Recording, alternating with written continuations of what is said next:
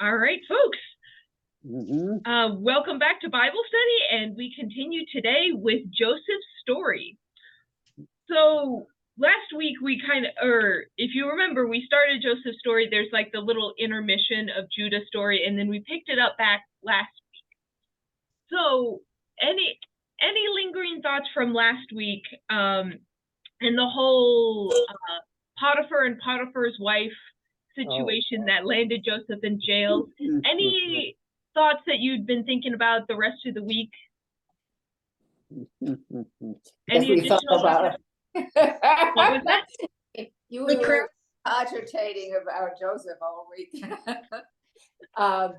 When I was reading the chapter last night, it's just like he's got, even though he's in prison, everything he does, it says right at the end of the last chapter, the chief jailer paid no heed to anything that was in Joseph's care because the Lord was with him, and whatever he did, the Lord made it prosper. I mean, he's just like the magic touch.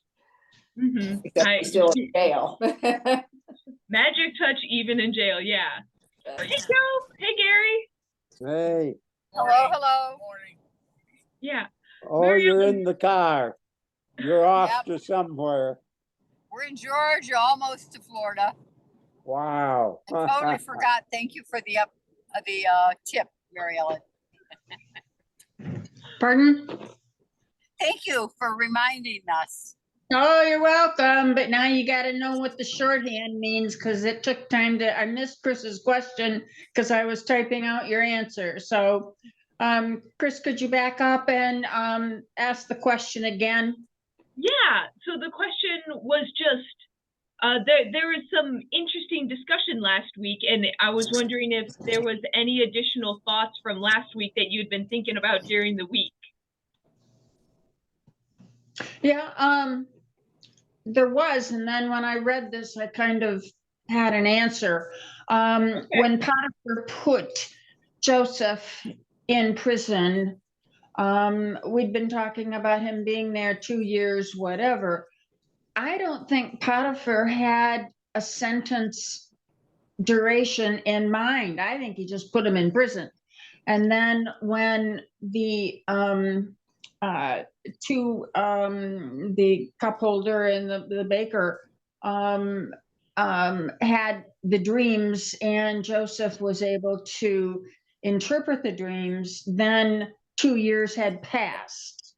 And that's, when he got out of prison or whatever. But what also was impressing me at this point was how acceptable and common and part of the culture this dream interpretation was. This wasn't something new to the Egyptians. And that kind of impressed me too, that this had been going on. So anyway, that's my thought. Okay.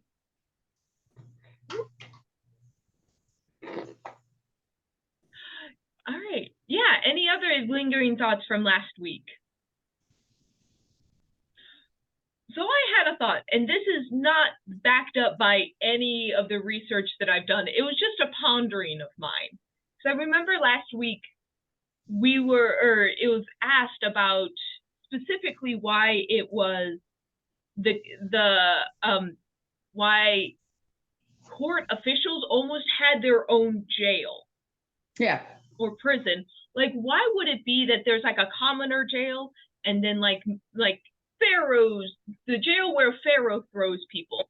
And where this was pondering for me is, if you have people that are like running your household businesses, if you're in close confidence with them, and like we're seeing the baker and the cupbearer is literally standing there next to Pharaoh. I'm wondering if this is like a protection against state secrets.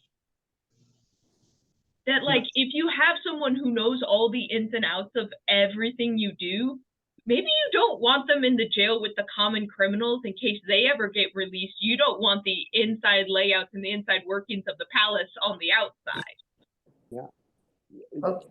To me, it almost seemed like sort of a medieval setting, like living in a castle, and the lord of the castle and the manor would have a prison, to keep, Mhm. people that got into trouble. But it was a self-contained household, Mhm. or at least conclave of maybe a number of households. But it was sort of a self-contained sort of thing that didn't have anything to do with the national Egyptian whatever, This is all local. This is my baker, my cupbearer, my dream interpreter. This hasn't got anything to do with the price of Mhm. grain or something or other. This is just my own little domestic sort of doing. Okay. Or a Interesting. class thing. Yeah, I thought it was more class or the separation of the monarch from the rest of the world. Like they were not even in the same category. Right. To what And I was gonna say English- about the haves and have-nots. Power. Sue's still on? No. Go for it. All right, well, I listening to Larry and then with my own previous thoughts, having two distinct prison facilities to me was just the haves and the have-nots. You're not going to put your palace officials into the conditions that you would with your slaves and workers and common murderers, thieves, whatever. You're not going to put your cupbearer in the same facility as that. Could be just simply for his own safety, let alone for the conditions, the food, the cleanliness, whatever. Mhm. The palace people had a minimum level of acceptable hygiene and food and whatever. And I would predict that would be a higher level than the commoners lived on. So that's how I read it. Interesting. Yeah. So many thoughts on this one. It's interesting how all of our mental images, like how they formulate and like what's the base image of like what does this jail or prison look like? And this is one of the times where it's like I don't actually know if it would be helpful to like go to Egypt and see if there was like if you could actually get a palace dungeon tour, because as we've kind of talked about, this is kind of in the land of there's a kernel of truth, but we don't know how accurate it is. So yeah, Mary Ellen. The cupbearer and the baker were put in an even higher level of comfort in the prison by being put in the chief jailer's residence. That they were not out with Joseph and whoever that level of prisoner was. They were elevated, and then Joseph was assigned their care. Right. It's that I noticed that too this time around in reading this was that Joseph is serving them. Yeah. So they're in jail, but they still like Joseph is still like in a servant to these servants, which is So they're on that level. Yeah, does that imply that he's waiting on them, or that he's simply in charge of their incarceration in that, he's serving them, but he's looking after them, maybe for Pharaoh. Maybe he's not just considered another servant to bring him wine. I don't honestly know. Wait, I gotta get the news. All right. Well, at any rate, let's actually dive into what the text. Wait. Oh, did you have something to say? Yeah. Yeah, I'm very impressed on how passive you are in your interpretation what the prison was. I think that that it's possible that he wants these people under his control so he can punish them to the extremes or not, or as sensitively as he wishes. rather than putting them in the common prison. Oh, okay. Yeah. Well, clearly, in the end, it's obvious Pharaoh has, he can do what he wants to. He kills the baker, huh? Mhm. Yeah, I like that. Gary, you bring up a really interesting point though of it being about control. That it's As I remember reading one of the passages, it says, or it talks about putting them in chains. So that's, we don't do that even very often here, except when you have to control somebody. But I think that in prior centuries, you put people in chains and let them hang there or sit there or whatever, but they weren't going to be moving around. That was it. Worse than an animal. Anyway, I just thought sitting here listening that you guys are making it a Disney World.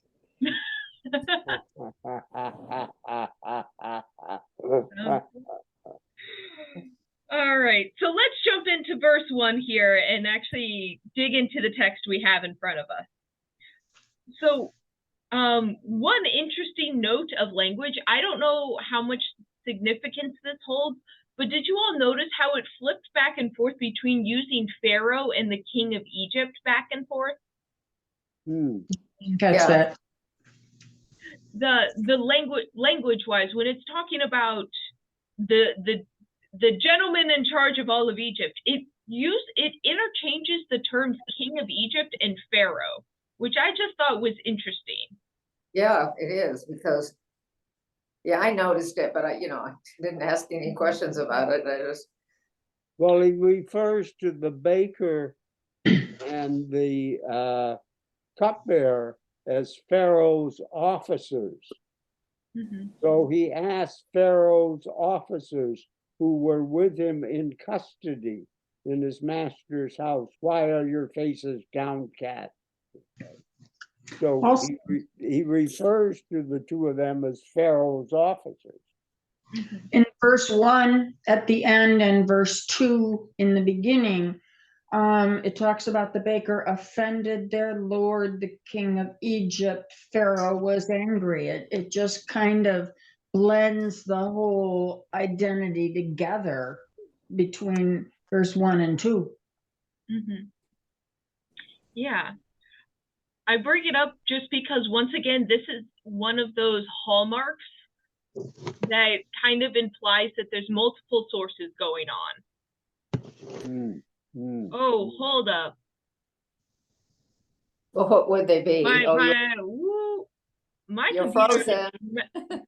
Give me just a moment here. My computer is massively malfunctioning at the moment. Okay. Your audio is fine. It's just your video's frozen. I know. Give me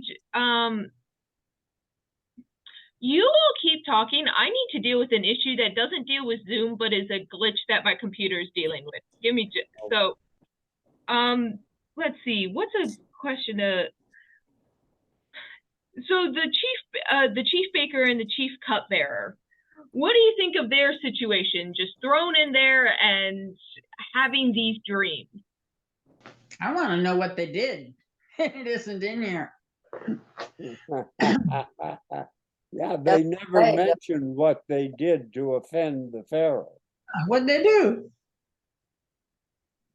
Well, something pretty bad if they end up losing their head. Well, just one of them. What did the baker do that was worse than what the cupbearer did? And we still don't know what they did, right? Yeah.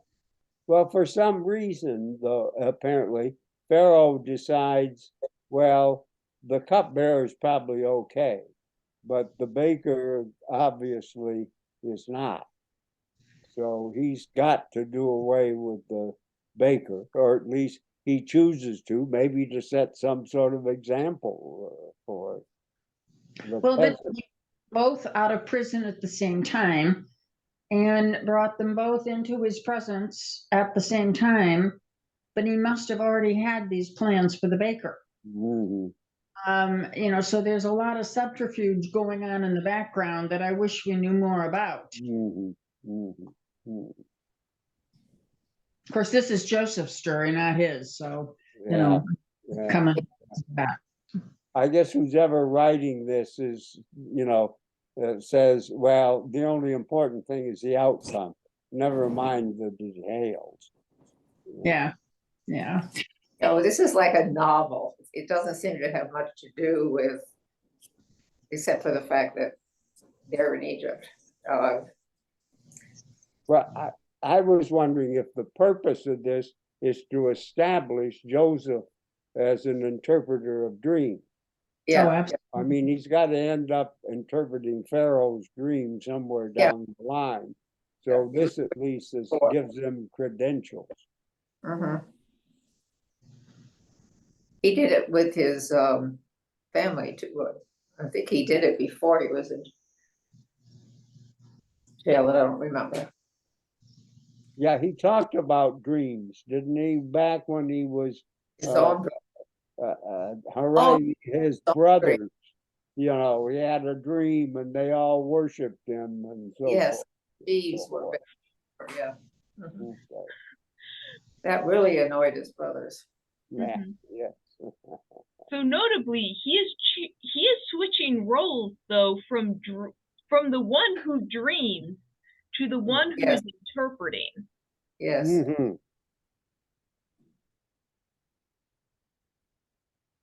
Yeah. Just to explain why I was a little bit panicked there, I tried to open a program, and every 2 seconds it was opening a new window, and I couldn't get the program to stop opening hundreds of windows all at once.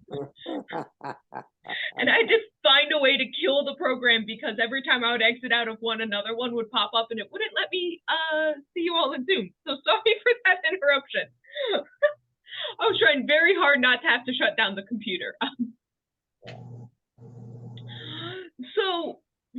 So going back to the text itself, so these two gentlemen, they have dreams, and their first response is, oh, isn't it a shame we don't have anyone to interpret these? Mhm. Which kind of implies, so the interpretation of dreams is normal, and there's someone who has kind of a job that is like a sage or a seer or a dream interpreter. Yeah, that's what, I'm sorry, Chris. No, go on. That's what I was saying when we were reflecting at the beginning of the meeting. It seems to be a long established, acceptable tradition to have dreams and have people whose talent is to interpret them.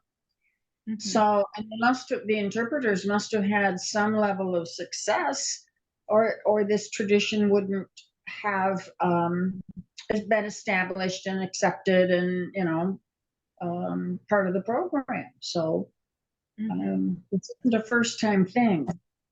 It is for Joseph, but it isn't for the tradition for the Egyptians. Mhm. Well, it also, like in this particular case, it depends upon who wields the power. Pharaoh's got the power. He's going to make the dream come out just like Joseph said. He restores the cupbearer and off goes the baker's head. So if we can trust what Google says, Google. that they have indeed found record of dream interpretation in the records of Egypt. Those that had dreams were considered special because it was seen as being an oracle. However, they were most often interpreted by a priest. It seems like the dream interpretation tended to be the priest of the temple. Which kind of, I think, goes along with a lot of our assumptions of the ancient world. Mm-hmm. Mm-hmm.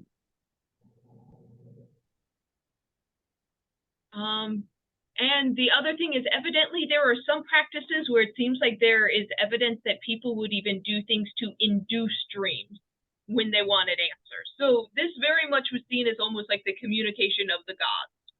So these two have these dreams, but they do not themselves dare to interpret it. Instead, they're like, oh no, we don't have anyone to tell us what these mean.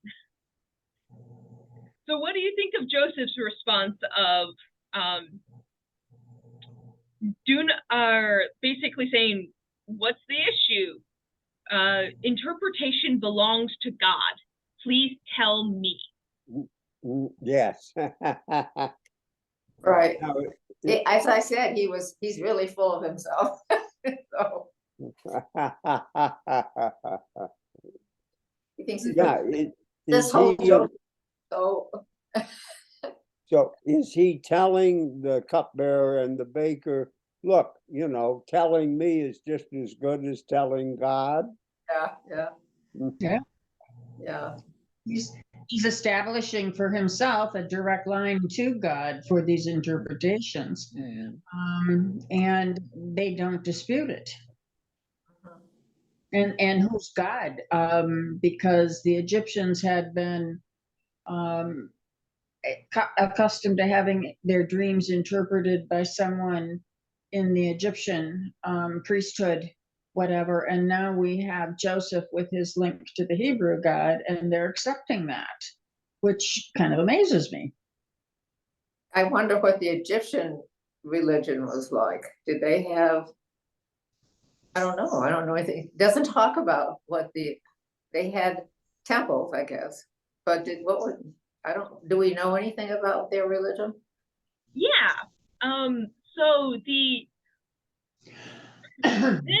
comparison comes from a class that I took in high school that was basically just like I forget if it was technically an English class. No, I think it was a history class, and it was like the history of the ancient world that basically covered Egypt, Greece, and Rome. Like just your classics. And I remember my teacher saying that the Greek pantheon reflects the fact that the weather in Greece is temperamental at best, where the Egyptian pantheon reflects the reliability of the Nile River, that their environment shaped our understanding of the gods. So we don't have as much like headbutting and temperamental gods in the Egyptian pantheon like we do in the Greek pantheon, but we actually have a fair amount of stories from the Egyptian pantheon. They're just not so crazy. Because their weather was very reliable. They very much knew when to farm and when things would flood, and like that's why Egypt was such a powerhouse for so long, is because the flooding of the Nile River happened the same time every year, and then it was hot and sunny the rest of the year, and so agriculture was just very stable. Stability is kind of the icon of Egypt.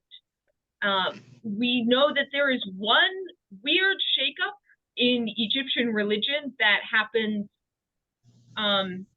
late in the game. Also, the dynasties in Egypt are seen as some of the most stable, just because, once again, they have very stable climate, very reliable. Nothing really happens too much to shake things up. There is Pharaoh Akhenaten. Is that Akhenaten? And there is one pharaoh who at one point in time tries to make Egypt monotheistic, and he doesn't last long, and I believe that's where he was less powerful. He also had a very powerful queen, and one of his sons was actually Tutankhamun, but notably the religion reverted back to polytheism after this one guy's death. Everyone hated monotheism. So that's your cursory thing, or talk of it, or your gloss of the Egyptian pantheon. But they had a full pantheon, in which the pharaoh was seen as part of it. The pharaoh was, I believe, the living embodiment of Horus, the one that has the eagle head. Okay. But Pharaoh, the reigning Pharaoh, worshipped the other gods along with the people, right? He would go the hieroglyphs also Pharaoh so-and-so offering something to Mhm. one of the Isis or Horus or somebody. Yeah. So he, like, the Pharaoh's kind of an intermediate, like both Mediate, somehow divine and intermediary to the Yeah. god. Yeah. Yeah. So you're right. And they had elaborate beliefs about the afterlife. Yes, they did. Mhm. Mhm. So that said, though, looking at what Joseph is saying and looking at the language itself, Joseph he does not say interpretation of beliefs belongs to Adonai, the Hebrew God. He actually just says God, as in like generic God El. It is singular, but it doesn't actually imply one specific God. But he's talking about a Christian God. Or Hebrew. He's not Hebrew God. Yeah. He's not talking about some Egyptian deity. Right. And yet the cupbearer and the baker are Egyptian. I mean, they're not Hebrew, I gather. So if the question is, what would make them listen to some Hebrew guy who's taking care of the jail, who says he has a direct line, maybe not to the gods, but to a god? A God. Would you listen to him if you have this confusing dream that you think means something? What would make someone listen to them? Yeah, Mary Ellen.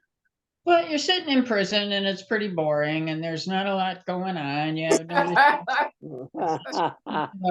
no, guys Really worried about their and I can see where they'd say, well, give it a shot. What do you think? Just conversationally, give it a shot. This is kind of a fable anyway, so anything can happen, right? Mm-hmm. Yeah. What do they have to lose by listening to this guy's interpretation?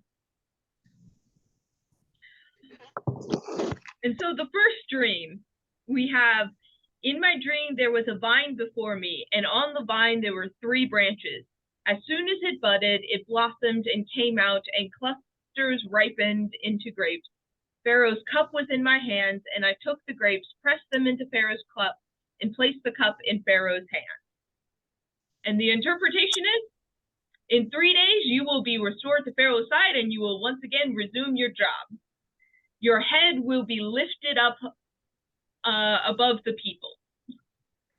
So what do you think of the dream and interpretation? I think it's fascinating. You were talking about the order in Egypt and the dependability. And, it's not that Joseph says, well, in the future, this is what's going to, in 3 days. I mean, what's going to, that when it's going to happen. In exactly 3 days, this is what's going to happen to you. Mm-hmm. Yeah, that's not a Nostradamus prediction of vague words. That is dateable, what's going to happen in 3 days. Yeah. Right. Is this one of those times that numbers are symbolic? Or can we read this as literally 3 days?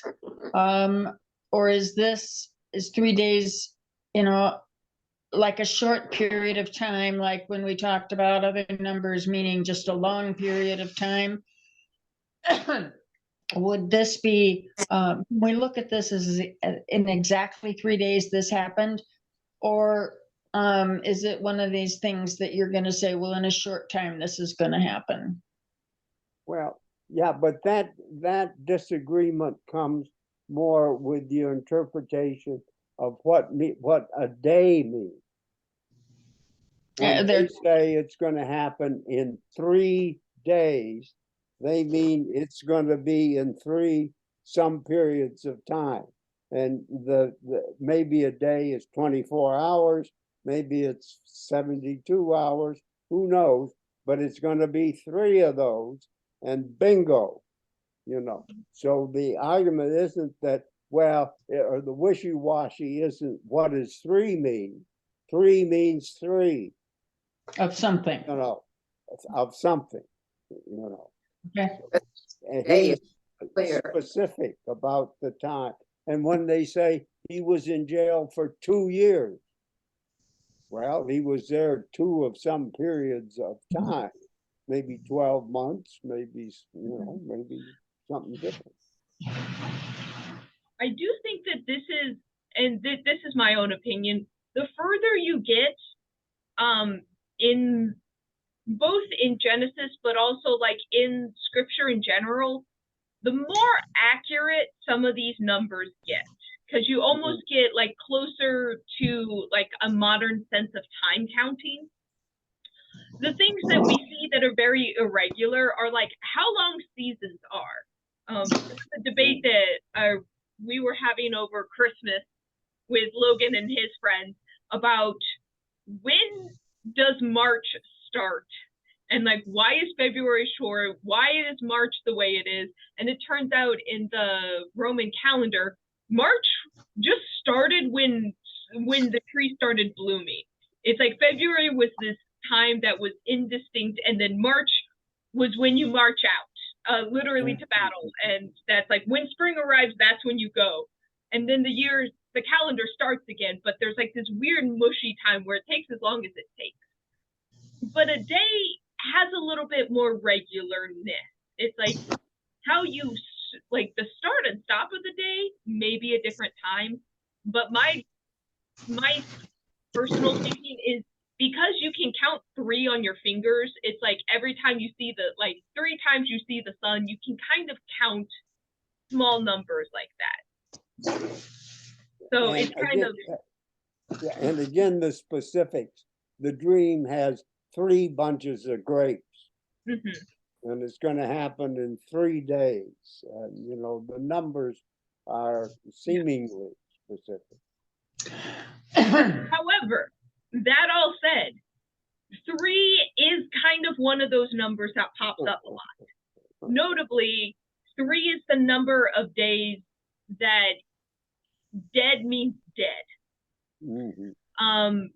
Specifically with without a modern understanding of like how to take a pulse, brain activity, and things like that, the ancient world had a lot of different ways of even like the early modern world had a lot of weird ways of trying to figure out if dead meant dead and not just like a coma. And basically, if you are unresponsive for 3 days, that's kind of one of their things of you're assumed to be dead, not just kind of dead. Oh. Which is why it's like Lazarus has been in the ground for 3 days. Jesus is in the ground for 3 days. That's kind of your dead, truly dead assumption. That if Jesus was only in the ground for a day, where you're like, well, he was just bonked on the head really bad. Lazarus was in there for 2 days. Well, it's maybe he was in a coma, but 3 days is like kind of the limit of you gotta let it go. There is always an illusion, though, of being in a dungeon, and because it's below ground and it being connected with death. And so the idea of if you're down in the dungeon for more than 3 days, you're kind of dead to society in a way. There is kind of that connection that's a little bit looser. So we see that like these 2 people have a dream about the 3-day kind of time limit. There is the like countability. There is the very like concreteness of 3 days are very easy to count. And there's the assuredness that like you know in 3 days time, you're not going to forget in 3 days what Joseph said. But there's also this kind of, they're in the dungeon for 3 days and the kind of almost death-like symbolism of that. So does that kind of, I guess, Mary Ellen, it's always it's like so many things. It's like both, and it can be very literal, but there's still a little bit of symbolism attached to it. Well, just the repetition of the word 3 or the number 3 makes me curious. Yeah. 3 and 7 are like those holy numbers of like are even like thinking about like sermons or presentations, you always like they tell you to get your 3 points. And 3 is just a number that seems to be very pleasing to humans for some reason. 4 seems overkill. And then if you get past 5, you might as well do 7. I don't know. There's some like really fascinating number psychology. If you ever are bored and want to look it up, like the average numbers that people choose are like fairly consistent, which is wild. So it's 3, 3, 7, and 40. 40's another one. Mm-hmm. Those are your common ones. So notably, after Joseph interprets his dream, he immediately turns around and like it doesn't end there. So he's like, you're going to be restored, but remember me. He says, remember me when it is well with you. Please do me the kindness to make mention of me to Pharaoh and so get me out of this place. For in fact, I was stolen out of the land of the Hebrews, and here also I have done nothing that they should have put me into this dungeon. So what do you think about this kind of as like wrapping up the interpretation? Like not just here's the interpretation of the dream, but remember me because I'm here unjustly. Mm-hmm. Mm-hmm. Sounds like a human thing to do. Mm-hmm. I mean, you know, he wants out of there too. I think it's interesting though that he's applying to Pharaoh rather than Potiphar's the one who put him there. Mm-hmm. You know, and so he's not trying to get Potiphar to let him out. He's going all the way to the Pharaoh. Mm-hmm. Mm-hmm. Yeah, Larry? It also serves as a reminder to the readers that Joseph has been imprisoned unjustly. In other words, he has not committed and he's not done anything wrong. He's in there and he deserves to get out. Mm-hmm. And I would assume that Conifer is not going to be as likely to pay attention as Pharaoh, because it wasn't Pharaoh's wife. Mm-hmm. Also, but you know, as I'm following this, thinking this through, the opportunity was for these 2 men to go back to Pharaoh. They were in his direct service. And so for them to tell the interpretation of their dreams, they wouldn't likely have access to Potiphar or anybody lower. They had access to the Pharaoh. And so, you know, maybe that was just the logical thing to ask them to tell Pharaoh and, you know, just kind of see what happens. Well, we found out what happens. They forget. Mm-hmm. Mm-hmm. But it's interesting that his complaint isn't just with Potiphar. Like, notably, he doesn't name Potiphar. He's like, I'm here unjustly. But the injustice he cites as I was stolen out of the land of the Hebrews. He's going to his original injustice is I am not a servant. I was stolen and made a servant. Mm-hmm. I'm special. I'm different.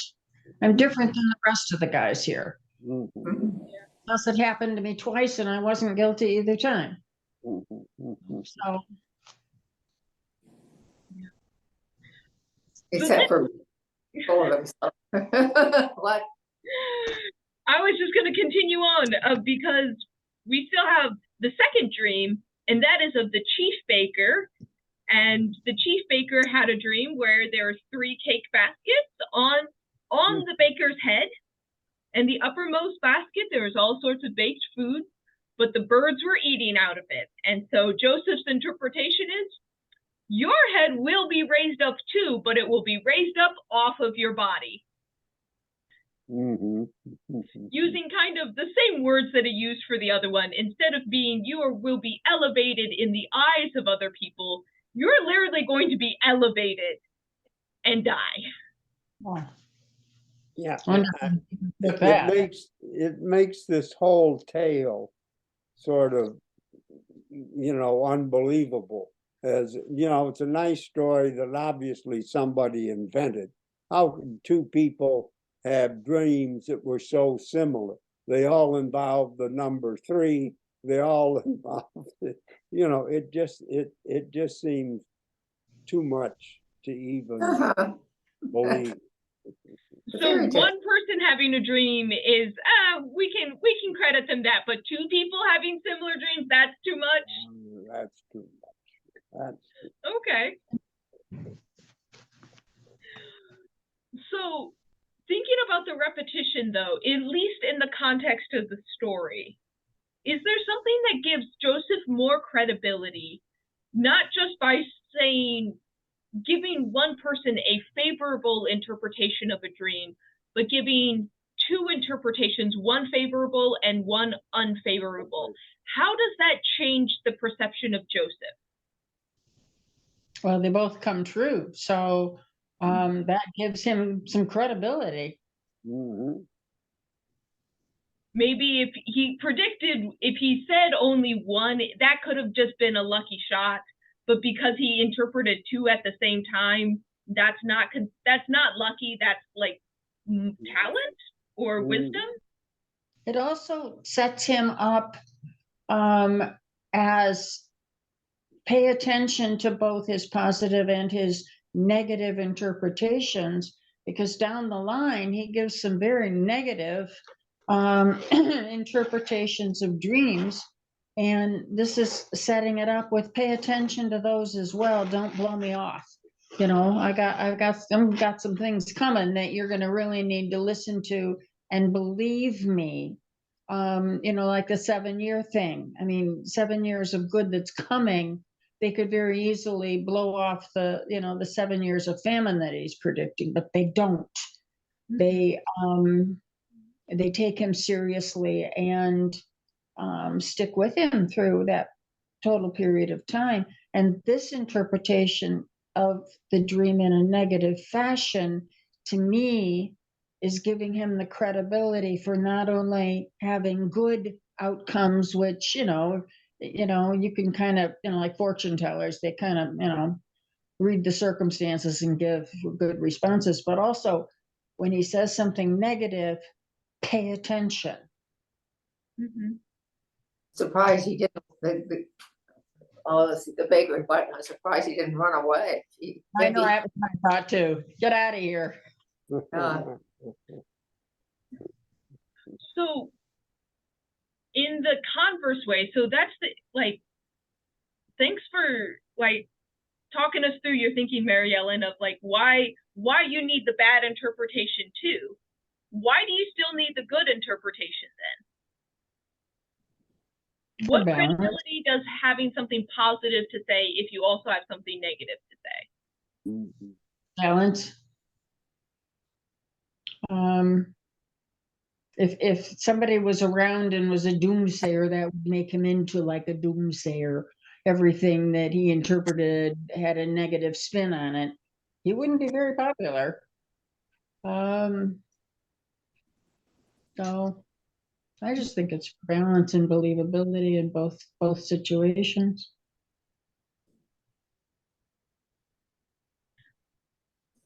It's interesting because this kind of balance of back and forth comes up later in the prophet, where I forget if it's in the book of Isaiah or the book of Jeremiah. Actually, I think this issue actually comes up multiple times. I would have to do some looking up to give you an actual reference though. But the comment is often when the prophets have something bad to say, they've approached the king and said hey, this empire is about to attack, and they find themselves at odds with the rest of the people in the court. And the king wants to listen to the people saying, everything's going to be fine, everything's going to be fine. And there's the prophet over here going, no, it's not. Why aren't you listening to me? It's not going to be okay. And one of the critiques is you only surround yourself basically with yes men. But the contrapoint is often those prophets have nothing but doom and gloom, and the kings never want to hear it. Yeah.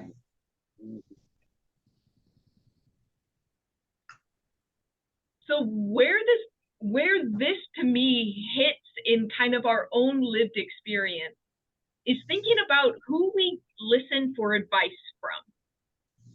Do we listen to people who only tell us the good things in life? Do we only ever listen to the people who basically our inner critic, or listen to people who always want us to do better but have nothing good to say? Or have we found the people who can do what Joseph does and tell us both the good and the bad? The balance. Mm-hmm. Yeah, Gary? Make sure to take yourself, Joanne, can you take it off mute? There we go. Gotcha. Thank you. I think at the core, it makes you think about the credibility of your interpreters. I think the fact that one was interpreted leading to death and the other was interpreted leading to freedom, and I think that's the thing. That the message is that think twice and investigate where the source, because it is just somebody that's interpreting something. So you have to, yeah. So we were talking about who do we look to for advice? Do we look to people only who give good information?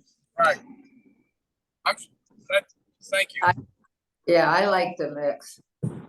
Not helpful if someone doesn't. You can't change things unless someone tells you,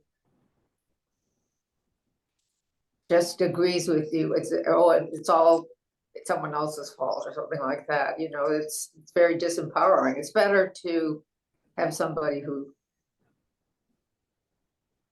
can hold you accountable and also be in your corner. Of course, that has nothing to do with the Bible.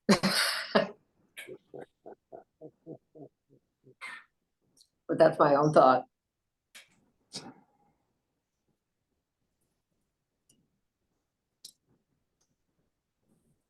You look like you have a thought, Larry. Well, I was just thinking that, in this interpretation and yes or no, when only one of them is going to be right. Right. So the result is if you've got two opposing views, they're not both going to be right. Only one is going to be right. And the concern is not who is right or wrong necessarily, other than that influences what the result is. Because the interpreters, they don't have the power. Right. The guy at the top that's got the power. And the result is what's important. And that may depend upon which side he's listening to. We don't even know what they did. No. and I guess it says we don't have to. That's got nothing to do with it. Doesn't make any difference. That doesn't influence how it's going to come out. How it's going to come out depends on Pharaoh, period. Mm-hmm. And he was offended by them. That's why they ended up in jail. They offended Pharaoh. That's enough. Mm-hmm. Yeah, sometimes it's interesting thinking of like trying to bring this to our own lives, because I do think there are some interesting. I don't know if it gives us any answers, but it gives us some interesting questions. So I think we've all been in situations where we actually aren't in control of the end result, but there's something where we want to go to people occasionally trying to figure out what to expect when we're not in control. And some people are better than others at like kind of predicting what the end result would be, which sometimes that changes how we approach situations. And I do think it is important to think about how trustworthy of people we surround ourselves with. I saw a quote sometime recently was like, don't accept critique from someone you wouldn't accept advice from.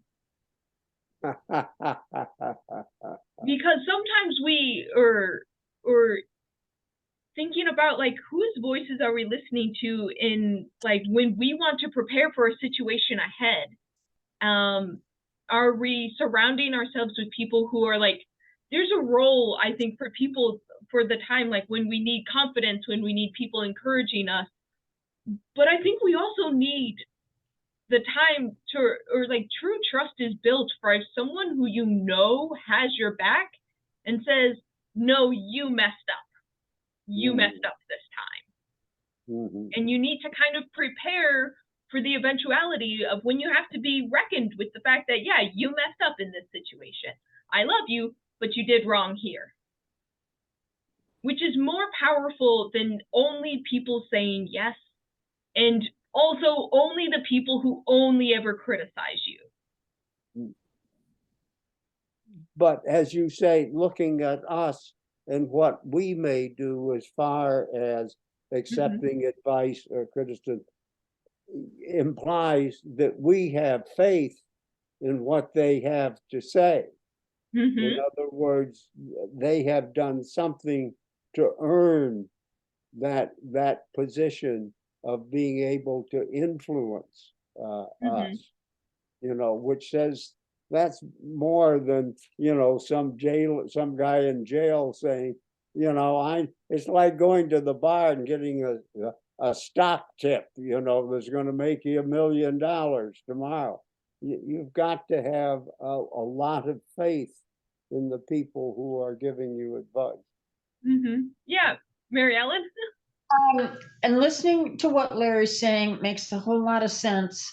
And for Joseph to position himself to be that kind of credible advisor to the Pharaoh speaks very highly of this when the relationship gets established, how trustworthy Joseph became and how the Pharaoh accepted his advice, his interpretations. I mean, I'm sure there's a lot of conversation going on that isn't recorded in the Bible, but for someone like a Pharaoh, who in my mind wants a bunch of yaysayers around him, he doesn't want people who are gonna, do negative things, make him uncomfortable, whatever. He wants all the yes men around him.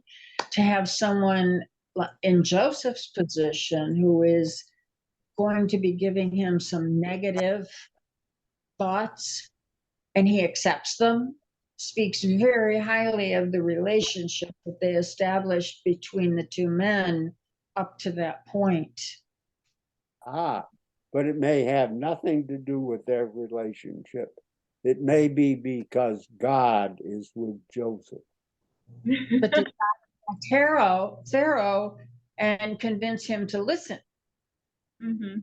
So we're gonna see where God takes us and how much God is intervening in an Egyptian court. That is still to come. But Mary Ellen, you also bring up like another interesting thing of like when we're looking to leadership, how much does leadership accept the advice, or what kind of advice is leadership accepting, and what kind of leaders does that make them? I think it's always another interesting thing of where this can touch home is, what does our leadership listen to? And sometimes, sometimes leaders won't listen to anybody. Yep. So at the end of 3 days, both men are lifted up. One is restored to his high position, and the other one is hanged by the neck. And the final line of this chapter is, yet the chief cupbearer did not remember Joseph, but forgot him. Yeah. So for now, Joseph is stuck. Well, the chief cupbearer probably was all wrapped up in the hanging of the baker, you know, and all of that traumatic emotional thing going on. That, yeah, he did just forget Joseph's role in this and, you know, whatever. But that would be pretty traumatic after you survive as Joseph predicted, and the baker is killed in exactly the fashion that Joseph predicted. That to me would be a pretty overwhelming experience, and you can get lost in what happened and kind of forget about who was the impetus behind it all. Well, the cupbearer remembered suddenly when it was in his best interest to remember it. Mm-hmm. Yeah, Do Larry? you think, do you think again, that statement at the end might be another message to the masses? You know, look, after all Joseph did for the cupbearer, he forgot him, you know, he didn't, you know, he didn't fulfill what should have been an obligation on his part, or he didn't fulfill Joseph's request at least. Joseph also didn't have his reputation firmly established at this point. He didn't have a track record. Right. You know, this would be like the first situation to create that track record. And so he was still a very minor player because they're used to dream interpretations and priests who did things. And, you know, they could be thinking he's just in that category and this one turned out to be right. But, you know, he's got the same reputation at this point as the priests do. He isn't standing on his own yet. So once again, we will keep in the back pocket, your all's back pocket, in the back of your mind, the different destiny and fate and things being preordained. Because so far what we have seen is his brothers attempt to get rid of him, throw him in a pit. Two brothers conspire, well, let's not actually kill them, but their plans are thwarted. It lands them in a house, they attempt to sell him. He lands in a very high house, gets a lot of managerial skills, ends up in prison, and right now he is brushing elbows with some of the high court officials in one of the biggest empires at the time. So the path has gone through the trenches, but all of a sudden he's brushing elbows with royalty. Not only that, he's got a woman after him. Yeah. Also that. But thinking about how much is in what Joseph has to go through to get to where he's going, and how much he's in control, how much is destiny, how much is God pulling the strings behind the scenes to get Joseph where Joseph needs to be? Or is this all coincidence and circumstance? Well, if it were coincidence and circumstance, it wouldn't have been recorded all these years. So true.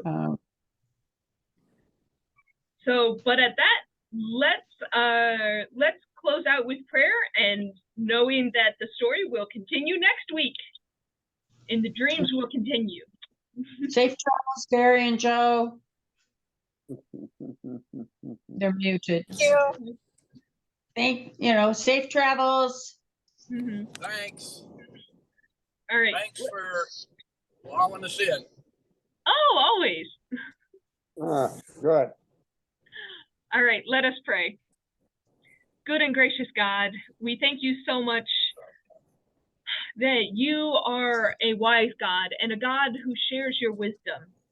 Sometimes we hear your wisdom in the pages of scripture. Sometimes we hear wisdom in the voice of friends and family.